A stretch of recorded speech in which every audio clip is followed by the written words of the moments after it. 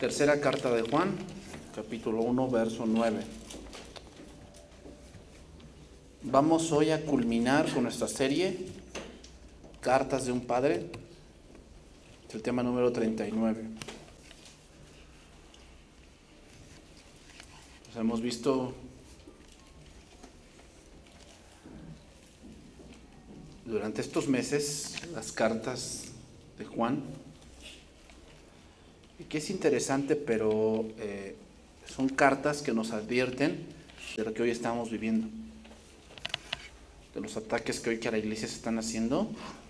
La carta de Juan nos deja ver que es algo real, hermano. O sea, muchas veces tú puedes decirte cuando llegas como nuevo a la iglesia, cuando eres un recién convertido, que apenas estás entrando, vamos a ponerlo así, como dicen los jóvenes, en esta onda del cristianismo, pues piensas que todos son buenos, ¿no? O sea, todos son buenos, nadie es malo, todos buscan a Dios, todos quieren agradar a Dios, todos es amor, todo es paz, armonía. Pues fíjate que no. O sea, me duele decirte que no, porque yo quisiera que sí fuese así. Armonía, paz, compañerismo, perdón. Pero no es así, hermanos. ¿Por qué? Porque hay gente que en verdad no busca a Dios. Estamos certeros de eso, que no busca a Dios. Dice ahí, en ese verso 9 y 10, está hablando de... Vamos a ver aquí a dos personajes. Número uno, Diótrefes, ¿no?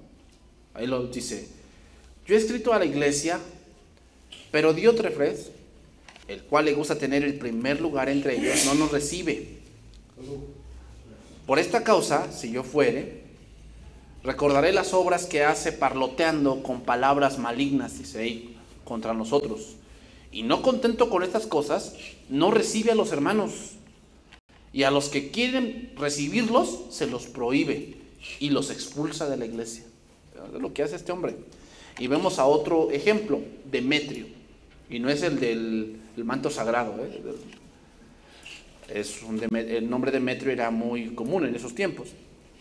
Dice: amado, versículo 11, no imites lo malo, sino lo bueno. El que hace lo bueno es de Dios, pero el que hace lo malo no ha visto a Dios. Todos dan testimonio de Demetrio, y aún la verdad misma, y también nosotros damos testimonio, y nosotros sabemos que nuestro testimonio es verdadero. En la carta de la tercera de Juan, sabemos que el punto principal es recibir a los maestros itinerantes, pero también muestra tres ejemplos de personas que hay en la iglesia. Número uno, Gallo, que es el ejemplo del carácter hospedador, del carácter que es ayudador. Que hay gente así en la iglesia. Muchos en la iglesia les llaman ingenuos, pero son gente que les gusta ayudar, que les gusta suplir necesidades. ¿Ok? Y gastan de lo suyo, como Pablo lo hacía. Sí, yo también gastaré de lo mío. O sea, aunque la iglesia de Corinto no le daba para sus viajes, él aún así seguía yendo a Corinto. ¿Con qué medios? Pues con los suyos.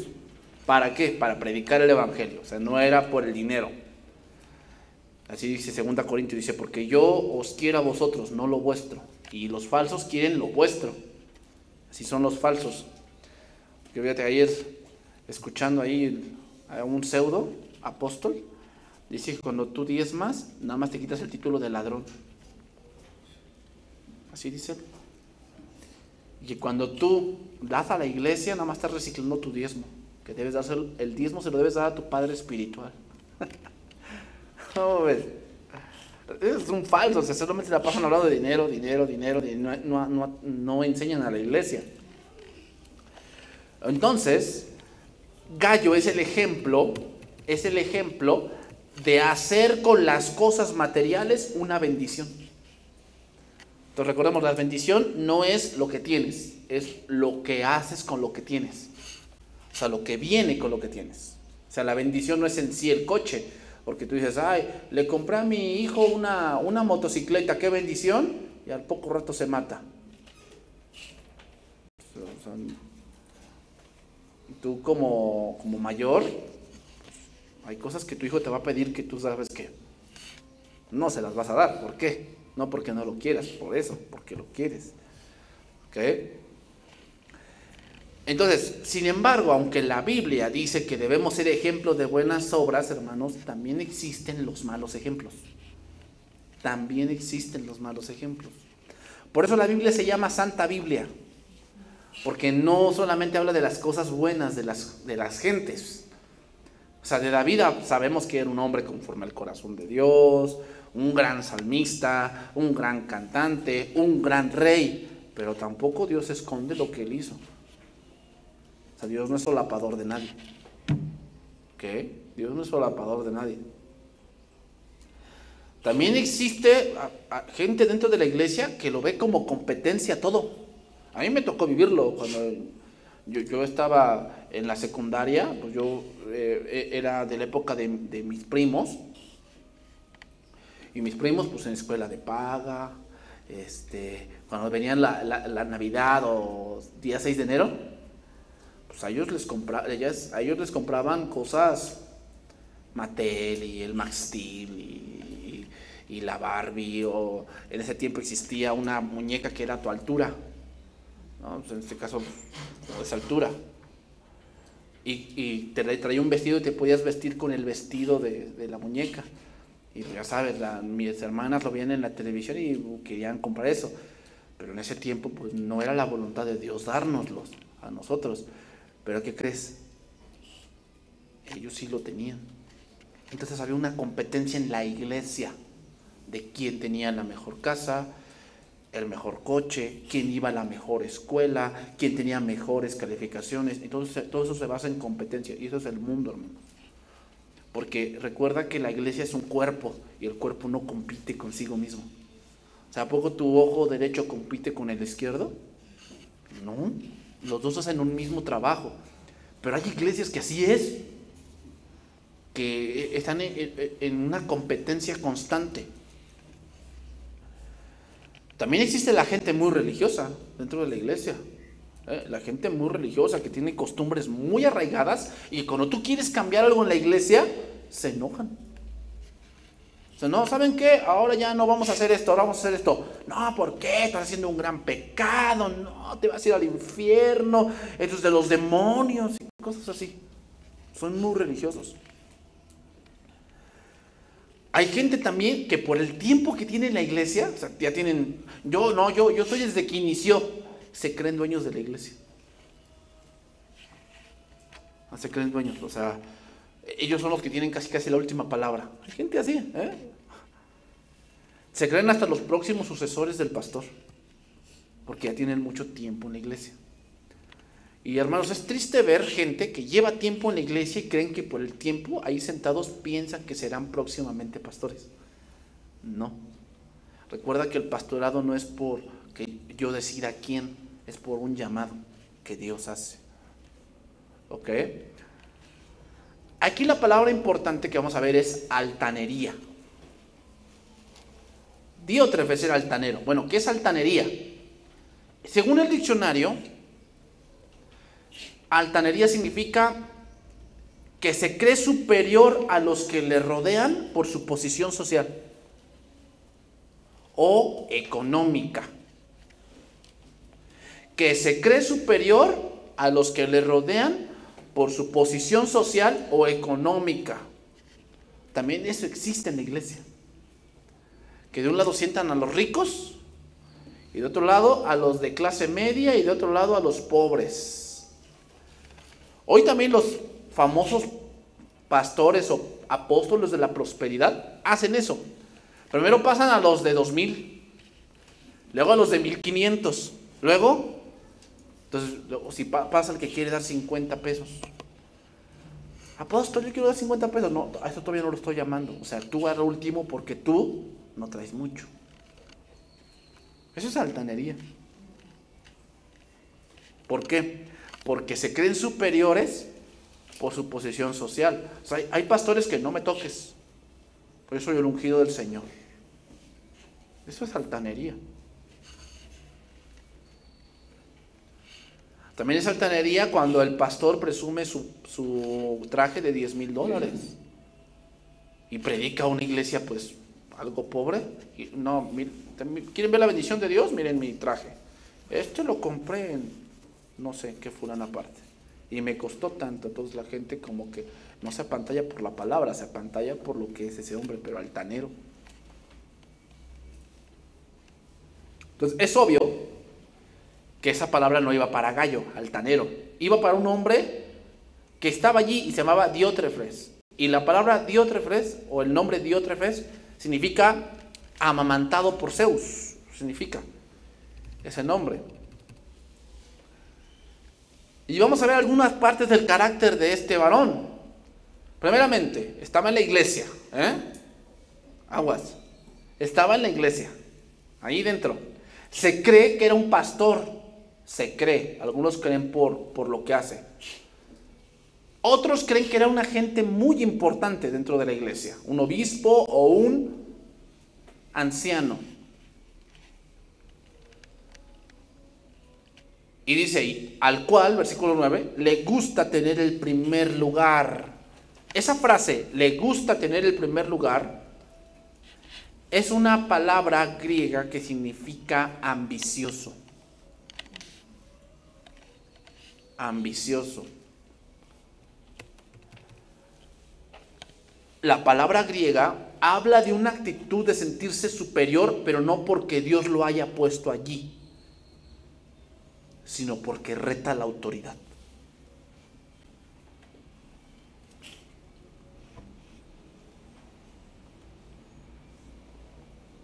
En este caso, Diótrefes retaba la autoridad del apóstol Juan. O sea, decía, ¿quién es ese? Para que yo le obedezca. No. Llegaban maestros itinerantes. ¿Quién te envía? No, venimos de la iglesia de Juan y Juan es nuestra autoridad. Ah, ese Juan, yo no reconozco a Juan, así que vete. Aquí no eres bien recibido. Esto es lo que hacía. Se retaba la autoridad y se creía superior por retar la autoridad.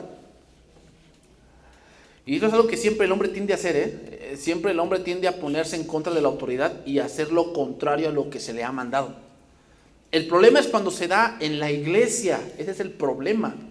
O sea, gente retadora y gente altanera y gente calumniadora y gente que se cree superior siempre va a existir, Te lo vas a encontrar en cualquier lado. El problema no es tanto que te la encuentres, es que te la encuentres dentro de la iglesia. Ahí está el problema. ¿Y saben qué, hermanos? Existe. Eso, existe. Una gente habló con un pastor y le dijo, no, es que fulano pastor me envía para que yo le envíe información de lo que pasa en la iglesia. Y eso, él pensaba que por decir eso, tenía el derecho de rebelarse. Se hacía desorden en la reunión.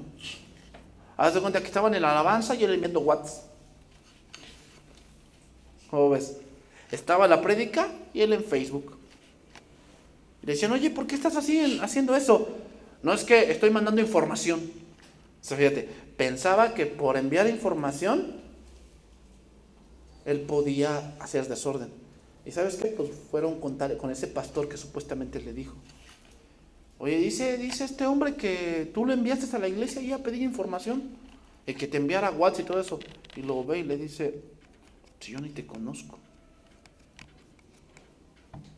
no sé quién seas, pero yo no te mandé.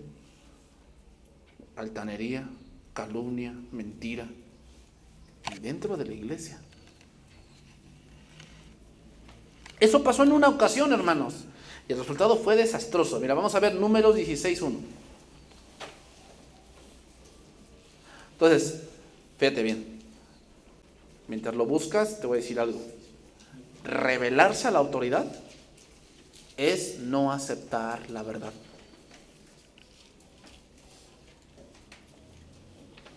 ¿Ok?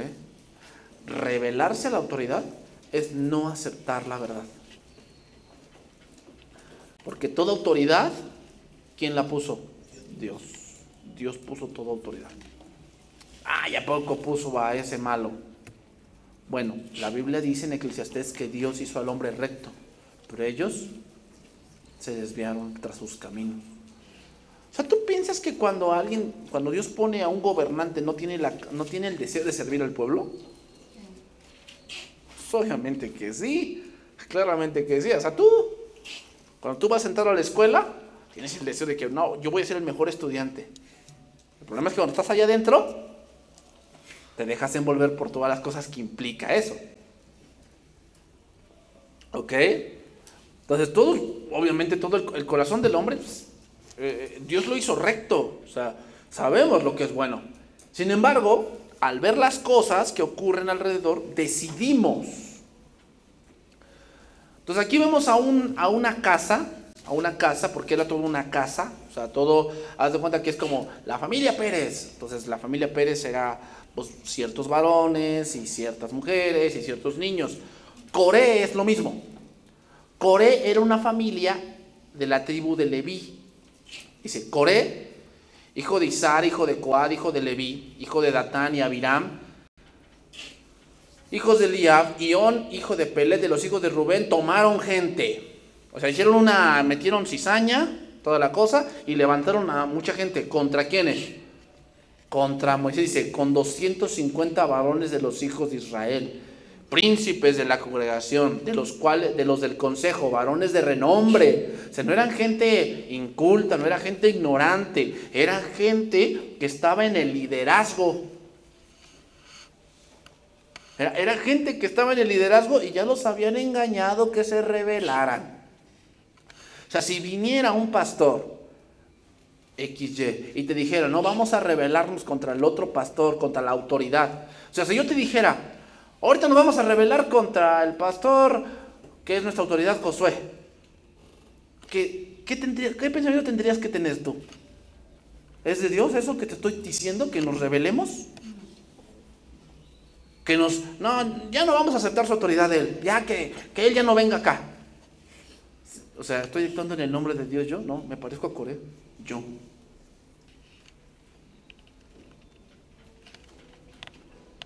sea, fíjate, y soy uno de liderazgo, y puedo estar mal.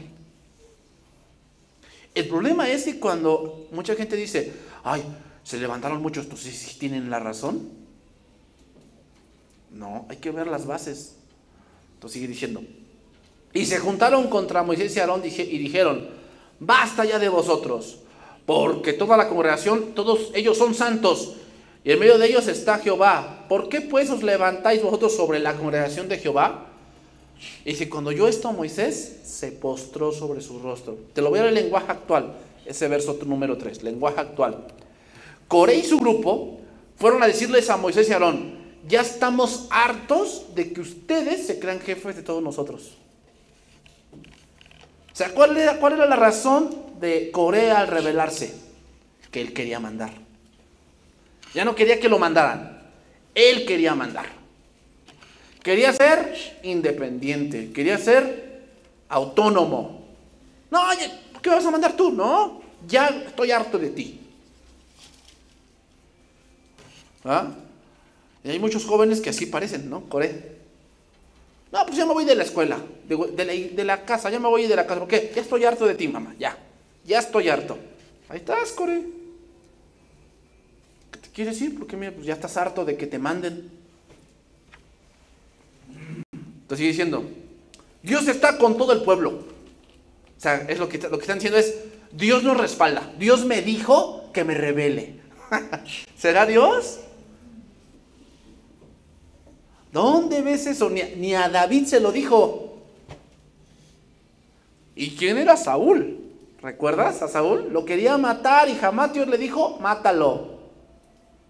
Pero aquí estos hombres dicen que Dios les reveló que se rebelen contra Moisés. ¿Tú vas a creer eso? O sea, que alguien te llegue y te diga, no, es que esta semana estuve orando y Dios me reveló que el pastor... Debemos rebelarnos contra el pastor, que él no debería ser pastor, él se puso a sí mismo. Dios ya me lo reveló. ¿Ah, sí? Sí, ya me lo reveló. ¿Y qué vas a hacer? Pues Dios me dijo que nosotros nos salgamos y que hagamos nuestra iglesia.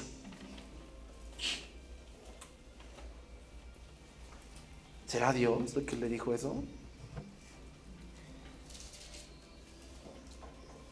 Sí, porque mira, ¿te acuerdas esa vez que dijo esto? Sí. Y hizo otra cosa. Así que pues eso quiere decir que Dios no le dijo nada. ¿Y te acuerdas que él fue a predicar allá? Sí, pero no sabes que él fue a sacar el dinero allá. Hay gente así, hermanos, en serio. O sea, no creas que en la iglesia es todo color de rosa. No. Hay gente mala. Hay gente que quiere destruir. En serio. Dios está con todo el pueblo. Y todos nos ha elegido para servirle. ¿Por qué quieren hacerlo todo ustedes? Es la típica que cuando dice, no, es que, pues claro, el pastor pone a su hijo a tocar, y pone a su hija a esto, y pone a su nuera en esto, y pone a su yerno en esto. Quieren hacerlo todo. Claro, pues es la iglesia del pastor. No.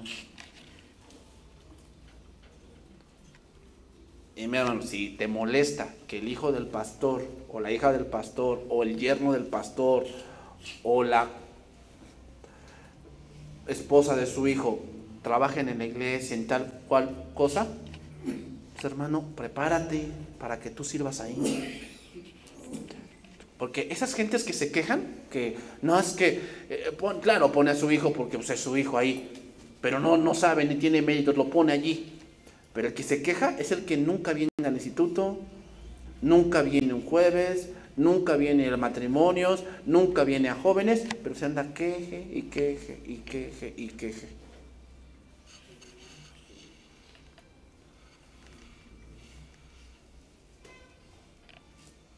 Pregunta, ¿querían hacerle un bien al pueblo, Coré, al rebelarse a la autoridad? Entonces, hermanos, sin duda, cuando no es Dios quien te exalta, siempre vendrá la rebeldía. Cuando no es Dios quien te exalta, siempre vendrá la rebeldía. El transcurso de la historia de Coré lo conocemos, no lo vamos a estudiar todo el pasaje. Se rebelaron, se pusieron en contra de la autoridad y entonces Dios tuvo que actuar. Números 16-28, para ver el final de estas personas.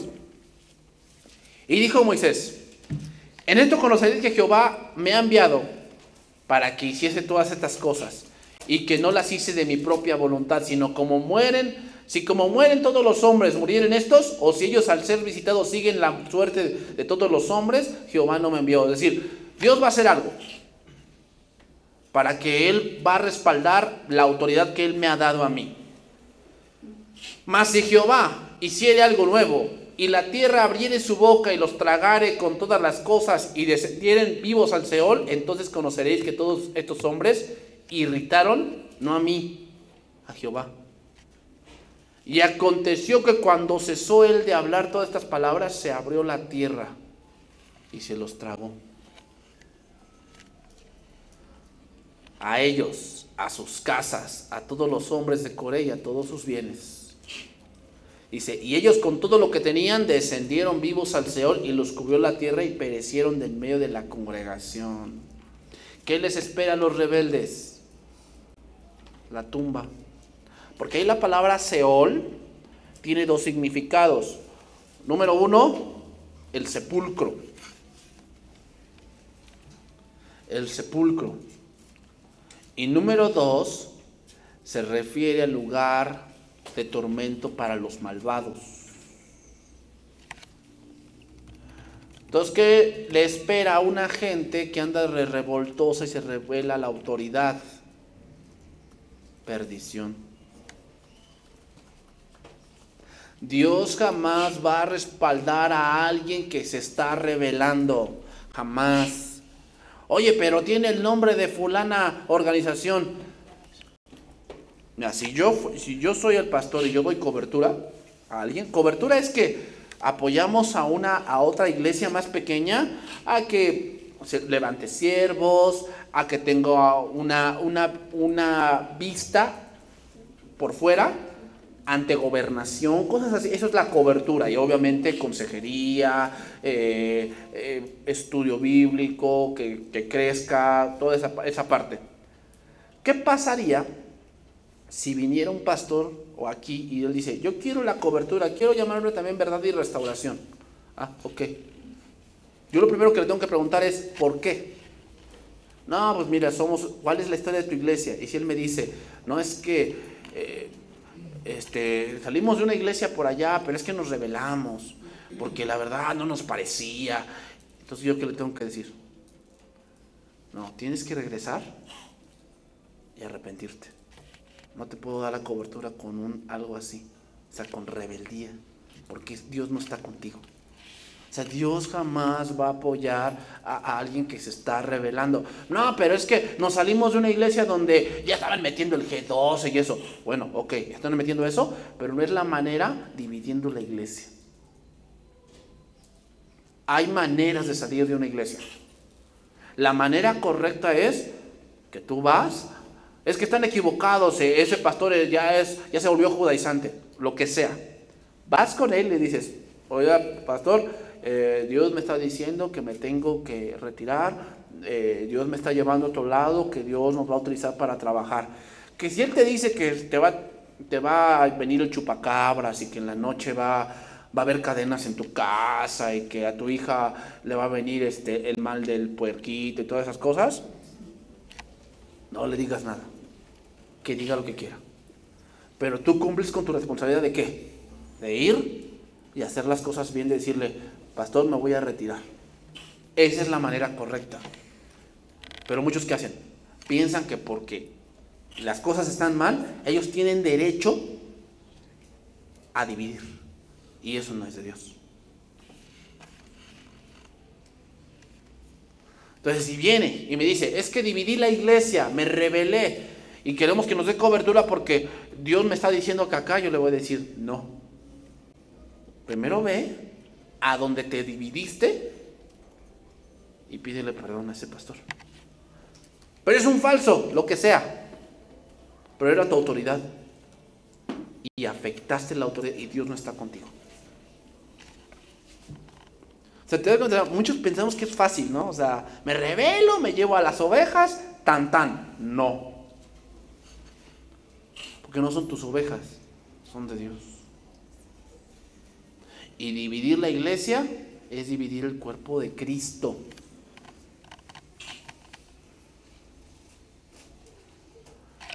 Entonces muchos oyen como la iglesia católica, ¿no? En las cruzadas. ¿Sabes para qué eran las cruzadas? Para recuperar Tierra Santa. Cuando el cristianismo empezó a crecer, o en este caso el catolicismo, y los papas y todo ello, hubo otra religión que también creció mucho, y era el Islam. Entonces, mientras el catolicismo ocupaba Europa, Francia, Italia, España y parte de lo que es la Unión Soviética, del otro lado lo que es ahora Irán, Irak, Israel, Egipto, toda esa parte, estaba creciendo el Islam, entonces ocupaba toda esa parte. Entonces el Papa dijo, Dios me dio una revelación, ¿cuál? Que tenemos que recuperar Jerusalén. Entonces enlistaban hombres, enlistaban niños, enlistaban jovencitos, en nombre del Papa, y a eso le llamaban las cruzadas.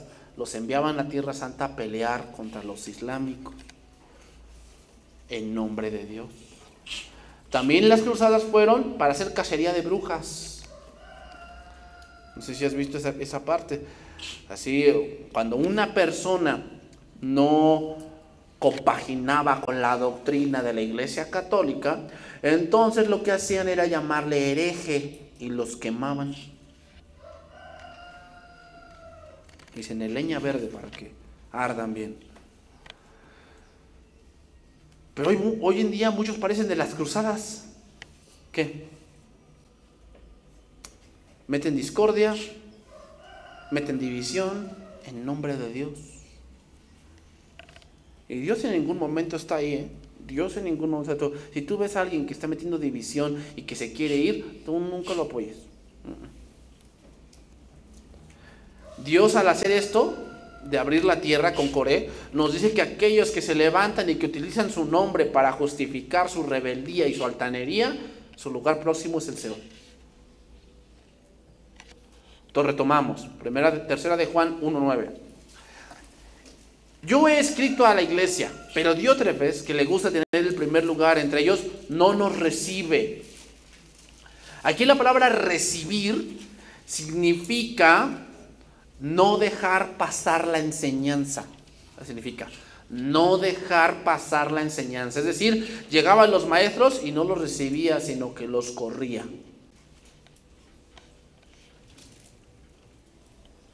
Este hombre era todo lo opuesto a Gayo. Nada de hospitalidad y nada de la verdad. Era un hombre prepotente y altanero.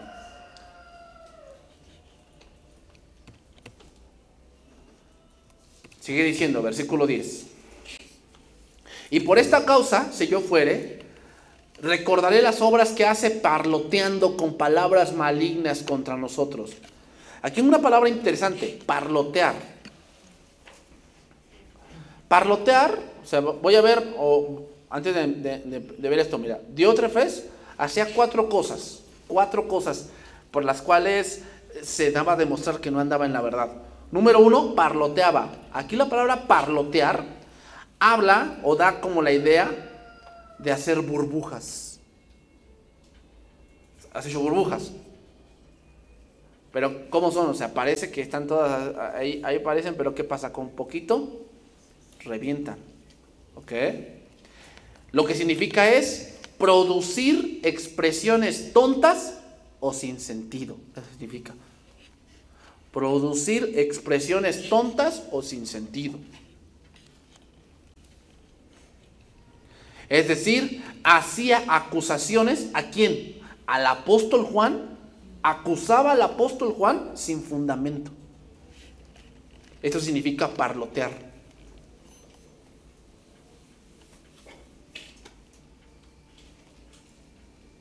Pero ¿sabes qué era lo más lamentable?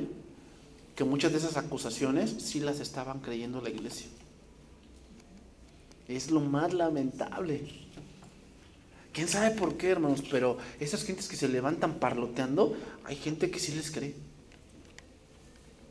Hay gente que sí les cree. Número 2 de lo que él hacía. Hablaba palabras malignas.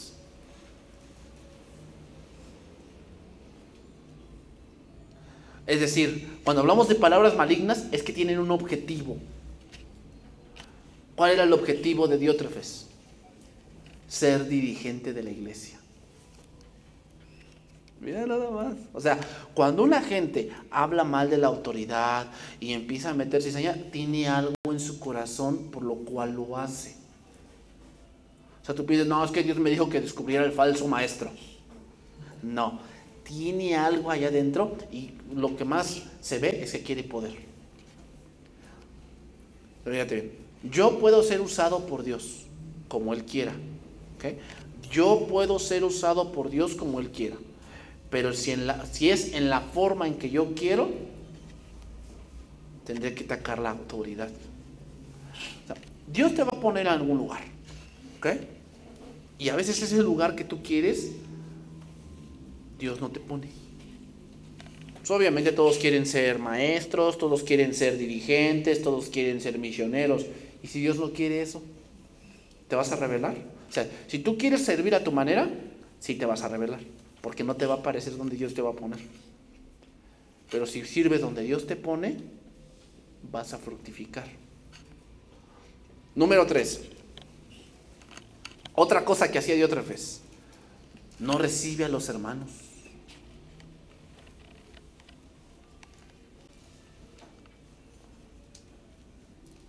Es decir, cuando dice no recibe a los hermanos, se refiere a que no les daba comida, no les daba hospedaje y hablaba mal de ellos. Decía la iglesia, no lo reciban, es un falso.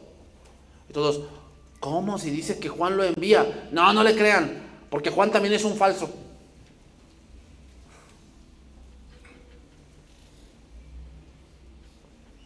¿Cómo ves a este Diótrefes? Hay varios en la iglesia, que son así. Ten cuidado de esos. Y número 4, de lo que hacía este hombre. los expulsa de la iglesia. Fíjate lo que decía. Parloteaba, hablaba palabras malignas, no recibía a los maestros itinerantes y los expulsaba de la iglesia a aquellos al cual se enteraba que alguien le había ayudado. Ah, tú hermanita, ¿va? Tú ayudas al que te dije que era falso. No, pues es que la verdad, yo lo vi que padecía hambre. Te me vas de la iglesia. Es decir, los excomulgaban. Cuando había una excomulgación, hermanos, hablaba de que nadie de la iglesia ni de otras iglesias hermanas lo recibían. Esta actitud la podemos ver, hermanos, con Jesús. Mira, Juan 9, vamos a ver ese pasaje. Eso no es nuevo, hermanos. ¿Y sabes de quién es eso? Esa actitud de excomulgar y eso, de un fariseo.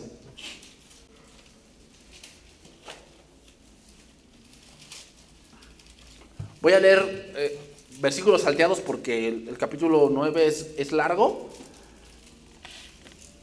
pero vamos a puntualizar lo que queremos ver ahí. Dice, al pasar Jesús vio un hombre ciego de nacimiento. ¿Cómo era? Ciego de nacimiento. O sea, era un hombre que así había nacido y la ciencia allí no puede hacer nada, porque la ciencia no te puede construir nuevos ojos. Si hay algo que la ciencia no puede comprender es la visión, hermanos. Gran parte del cerebro se dedica a la visión. Cuando tú tienes el ojo, atrás del ojo, hay diferentes ramitas de sangre, pero pequeñísimas. O sea, la vena que tienes aquí en tus manos son grandes. O sea, las venas que hay en tus ojos son diminutas. Y son muchas conexiones al ojo. ¿Y sabes qué son esas conexiones? Son las diferentes tonalidades de luz que entran por tu ojo. O sea, todos los colores que tú ves, el que tú puedas ver un rostro blanco, un rostro más oscuro, son tonalidades de luz que el cerebro interpreta. ¿Ok? Entonces, ¿cómo puedes hacer que un ciego de nacimiento vea? Habría que, quiero que te des cuenta del milagro que Jesús hace. Es hacer ojos nuevos y obviamente alguien que nace ciego de nacimiento, sus ojos están secos. Por eso parpadeas para refrescar el ojo. Si tú no parpadeas, el ojo se te seca. ¿Ok? Entonces, hay que crear un nuevo ojo. Hay que refrescarlo. Hay que ver la retina también. Hay que las conexiones que es a tu cerebro son millones de conexiones. Hay que hacer que esa parte del cerebro funcione. O sea, no solamente es que vea, es un milagro sorprendente. Solamente Dios puede hacer. Y le preguntaron sus discípulos diciendo, Rabí, ¿quién pecó? ¿Este o sus padres? ¿Por qué? Ellos tenían la enseñanza que un niño podía pecar desde el vientre de su madre. Tenían esa enseñanza. ¿Sabes por quién? ¿Te acuerdas de Jacob y Esaú? Peleaban en el vientre de Rebeca. Entonces ellos tomaban ese versículo y decían, ¿ya ves? O sea, un niño nace mal porque pecó desde el vientre. Y eso no es verdad. Respondió Jesús, no es que pecó ni sus padres, sino para que las obras de Dios se manifiesten en él. O sea, ¿por qué había nacido así? Porque desde la eternidad Dios ya había planeado que ese hombre se encontrara con Jesús y lo sanara. Entonces, no toda enfermedad es por pecado. No toda enfermedad es por pecado. Aquí lo vemos claramente, Jesús mismo lo dice. Lo dice, me es necesario hacer las obras del que me envió, entre tanto que el día dura y la noche viene, cuando nadie puede trabajar. Dicho esto, versículo 6, escupió en tierra e hizo lodo con la saliva y untó con el lodo los ojos del ciego. Pregunta, ¿por qué hizo esto? Y luego le dice, ve a lavarte al estanque del Siloé. La saliva en esos tiempos, hermanos, era tomada como algo medicinal. Por eso los niños cuando se cortan, lo primero que hacen es metérselo a la boca. Porque tenemos ese consciente en nosotros de que la saliva es algo medicinal. Tú ves a los animales, cuando tienen una herida, lo que hacen es languetearse. ¿Por qué? Porque la saliva tiene algo medicinal. Y en ese tiempo se creía lo mismo. Ahora, si Jesús no hubiera hecho el lodo, ¿tú piensas que el ciego hubiera ido al Siloé? O sea, si no me dice, vete al Siloé, pero no le pone nada. Ahora, pregunta, ¿qué sanó al ciego? Su fe. Porque si no hubiera tenido fe, no hubiera ido. El Siloé, en ese momento, del punto donde estaba Jesús al Siloé, era más o menos 1 kilómetro. Es como de aquí al Tecnológico. Y no era así como ahorita que recto. No, había que subir escaleras. Esa es fe. Esa es fe. Entonces dice, leemos más adelante, versículo número 11. Respondió él y dijo, aquel hombre que se llama Jesús hizo lodo, me untó los ojos y me dijo, ve al Siloé y lávate. Y fui, me lavé y recibí la vista. Entonces le dijeron, ¿dónde está él? Él dijo, no sé. Aquí le están preguntando los fariseos. Versículo número 13. Llevaron ante los fariseos al que había sido ciego. Y era día de reposo cuando Jesús había hecho el lodo. O sea, para ellos él trabajó. O sea, en día de reposo no podías cocinar. En día de reposo no podías viajar, creo que más de 3 kilómetros. No podías viajar eso. En día de reposo no podías cortar leña. En día de reposo no podías curar a alguien. No podías. El día de reposo casi era nada más para pasártela acostado. Y si te levantabas, tu cama tenía que ser de una manera muy, muy lenta. Porque si hacías esfuerzo, ya habías pecado. Es lo que ellos decían. ¿Cómo ves? Ahorita muchos, no, que todos los días son día de reposo. Entonces dice ahí, versículo 17. Entonces se volvieron a decirle al ciego, ¿qué dices tú del que te abrió los ojos? Y él dijo, que es profeta. Fíjate. Primero, ¿cómo dijo de Jesús? Aquel hombre Jesús. Primero dijo, el hombre. Ve la progresión de la vista espiritual. Primero dijo, el hombre. Ese hombre Jesús me untó lodo. Y ahora le preguntan, ¿y qué dice ahora qué es Jesús? Profeta. Profeta. Dice, pero los judíos no creían que él había sido ciego y que había recibido la vista hasta que llamaron a los padres del que había recibido la vista y le preguntaron diciendo, ¿es este vuestro hijo, el que vosotros decís que nació ciego? ¿Cómo pues ve ahora? Sus padres respondieron y le dijeron, sabemos que este es nuestro hijo que nació ciego, pero ¿cómo ve ahora? No lo sabemos. O quién le haya abierto los ojos, tampoco lo sabemos. ¿Edad tiene? Pregúntenle a él. Esto dijeron sus padres, dice, porque tenían miedo de los judíos, por cuanto los judíos ya habían acordado que si alguno confesase que Jesús era el Mesías, lo expulsaron como Diótrefes. ¿Qué habían dicho de Jesús? Que cualquiera que dijera, o sea, palabras malignas. ¿Qué estaban haciendo con el ciego? No lo recibían, como Diótrefes no recibía a los maestros. Versículo número 24. Entonces volvieron a llamar al hombre que había sido ciego y le dijeron, da gloria a Dios. Nosotros sabemos que ese hombre es pecador, parloteo. ¿Les constaba eso? Pero parloteaban, o sea, sacaban burbujitas.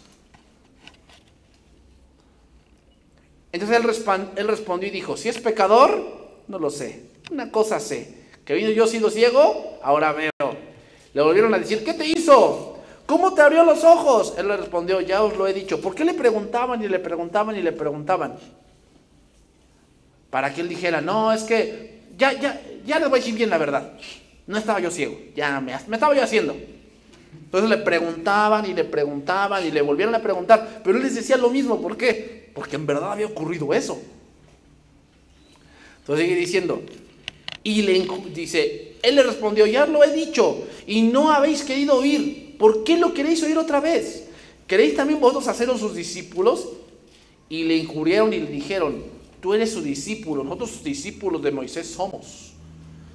Nosotros sabemos que Dios ha hablado a Moisés, pero respecto a ese, fíjate qué manera de decirle, respecto a ese, no sabemos de dónde sea. Respondió el hombre y les dijo, pues esto es lo maravilloso, que ustedes no sepan de dónde sea, y a mí me abrió los ojos. Y sabemos que Dios no oye a los pecadores, pero si alguno es temeroso de Dios y hace su voluntad, a ese oye. Desde el principio no se ha oído decir que alguno abriese los ojos a un ciego de nacimiento. Y si no viniera de Dios, nada podría hacer. El mismo ciego enseñándole a los fariseos que se creían las grandes eminencias. O sea, yo digo que el ciego no era él, eran ellos. ¿Por qué? Porque era obvio que un milagro así señalaba que Jesús es más que un profeta. Pero ¿por qué no lo aceptaban? Porque tenían la actitud de Diótrefes. Querían el primer lugar. Y al aceptar que Jesús era el Mesías, les quitaba ese lugar. 34, para ir terminando. Respondieron y le dijeron, tú naciste de todo el pecado y nos enseñas a nosotros.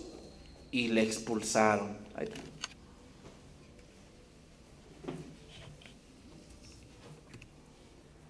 ¿Por qué le expulsaron? Porque con facilidad el ciego reventaba todo el parloteo que venían diciendo de Jesús. Porque sus acusaciones no tenían fundamento. Sus acusaciones no tenían razón de ser. Los fariseos no querían la autoridad de Jesús, como Diótrefes no quería la autoridad de Juan. Entonces vamos a ir terminando. Tercera de Juan 1, 10 y 11. Por esta causa, si yo fuere, recordaré las obras que hace parloteando con palabras malignas contra nosotros. Y no contento con estas cosas, no recibe a los hermanos, y a los que quieren recibirlos se los prohíbe y los expulsa de la iglesia. Sigue diciendo, amado, no imites lo malo, sino lo bueno. El que hace lo bueno es de Dios, pero el que hace lo malo no ha visto a Dios. ¿Dónde están estos dos ejemplos, lo malo y lo bueno? En la iglesia. O sea, en la iglesia, hermanos, vas a ver buenos ejemplos y vas a ver malos ejemplos. ¿Qué debes de elegir, seguir? Lo bueno. Pero eso ya es cuestión tuya. Entonces, a ver, te voy a poner un punto aquí para ir terminando. Si Dios te permite ver el error de un hermano, ¿para qué es? Para que ya no lo obedezcas. Para que te rebeles. Para que hagas lo que quieras. Para que busques la iglesia perfecta. Si tú ves eso,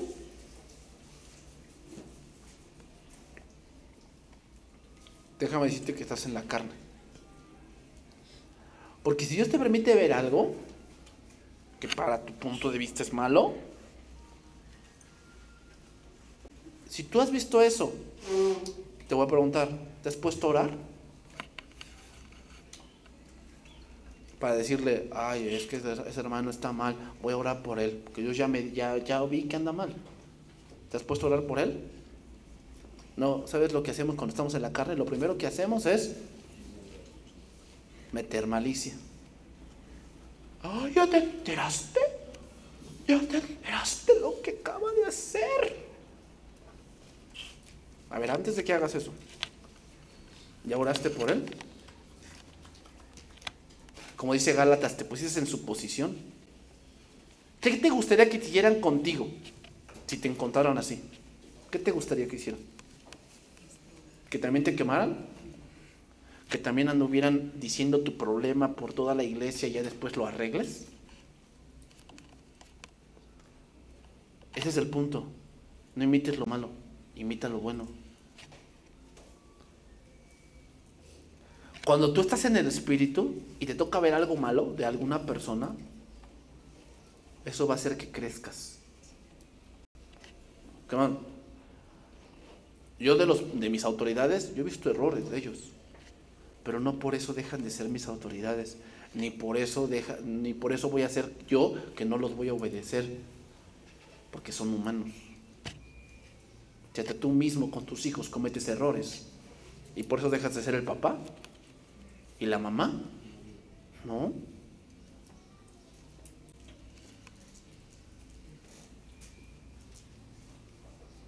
¿Por qué? Porque el que hace lo bueno es de Dios. O sea, aquí el que hace lo bueno significa, este no es su modo de vivir.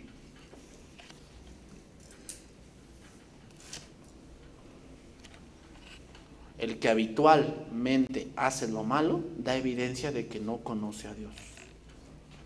¿Ok? O sea, si tú ves una gente que se continúa hace lo malo, hace lo malo, hace lo malo y hace sus cosas y no se arrepiente, ese no conoce a Dios. O sea, ese ni cristiano es. Pero se dice, pues que diga. Entonces, el ejemplo a seguir, hermanos, es nuestra decisión, es obvio. O sea, ¿qué es más fácil hacer? ¿Lo malo o lo bueno? Pues lo malo, es lo más fácil, ¿verdad? Pero recuerda lo que dice Romanos 15. No seas vencido de lo malo, sino vence con el bien el mal.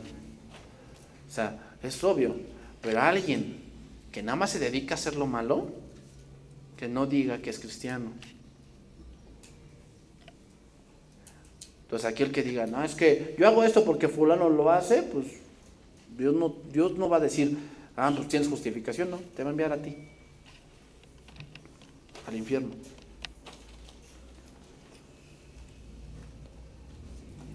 Entonces, hermanos, no recibir la verdad es rebelarse, ¿eh? No recibir la verdad es rebelarse.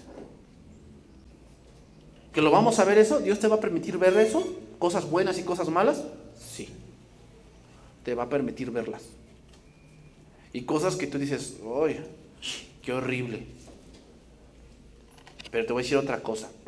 Muchas cosas que tú ves en el internet y muchas cosas que una mujer o un hombre te cuenta de cierta autoridad, solamente cree el 20%. Porque cuando está inmiscuido un sentimiento, lo demás es mentira.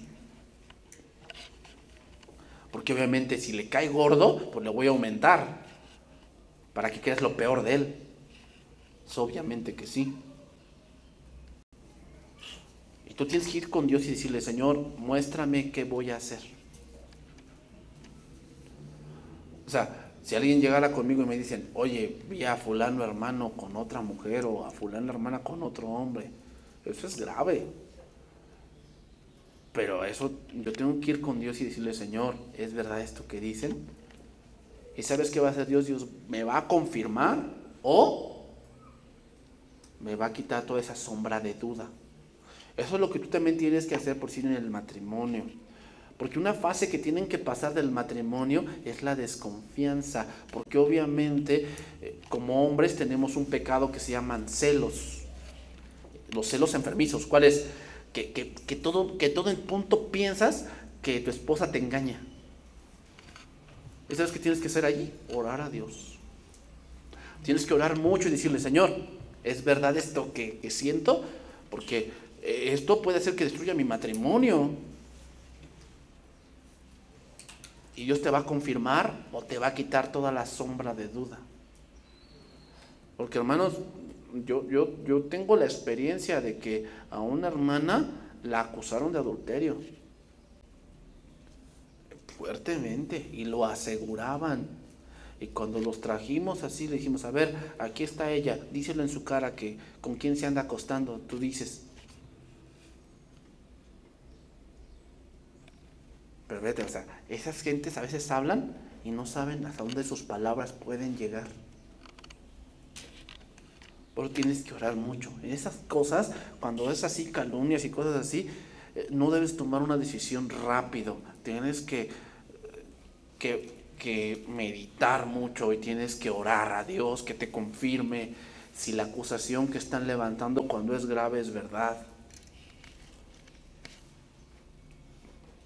Lo mismo con tus hijos, es lo mismo. O sea, tienes que orar a Dios y a veces, pues sí, tienes que ir a la escuela a ver, verificar cómo va. Y ahí Dios te confirma o te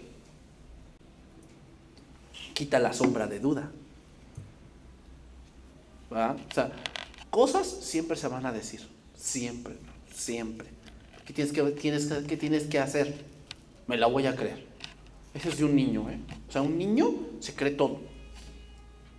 O sea, si al niño le dices que va a volar, se la cree, que va a volar. Pero tú ya no eres un niño. Ya debes ir madurando. Entonces ya cuando te hablen de que no, es que allá hacen eso, allá hacen otro, a ver, escuchas y vas con Dios y oras. Y dices, Señor, esto y esto y esto pasa. Y Dios te va a confirmar. Eso en los problemas que hemos tenido aquí en la iglesia, eso yo he hecho. De muchas cosas que se dicen de la iglesia matriz. Y sabes que Dios me ha confirmado cosas. Por las cuales que muchas cosas de las que se dicen, que supuestamente los pastores hacen y que supuestamente hay en la iglesia, no es verdad. ¿Y por qué no es verdad? Jesucristo dijo esto: si no creen a mis palabras, crean a mis obras. Bueno. Una de las cosas donde se ve que alguien tiene amargura es porque habla mal de esa persona. ¿Ok? ¿Cómo tomarías tú a un pastor que le hicieron eso y él dice, hermanos, no tenemos nada contra ellos, no tenemos nada, Dios nos ha puesto, son nuestros hermanos? ¿Qué pensarías de eso? ¿Que tiene amargura? ¿Que tiene contención?